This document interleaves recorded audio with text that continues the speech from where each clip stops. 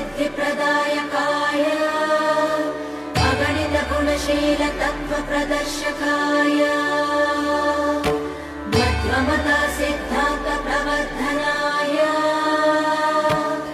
परमगुरु श्री गुरु राघवेन्द्राय नमः।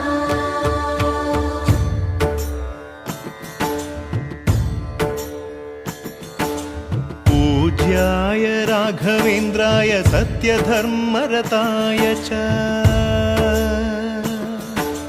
भजतां कल्पवृक्षाय नमतां कामधेनवे।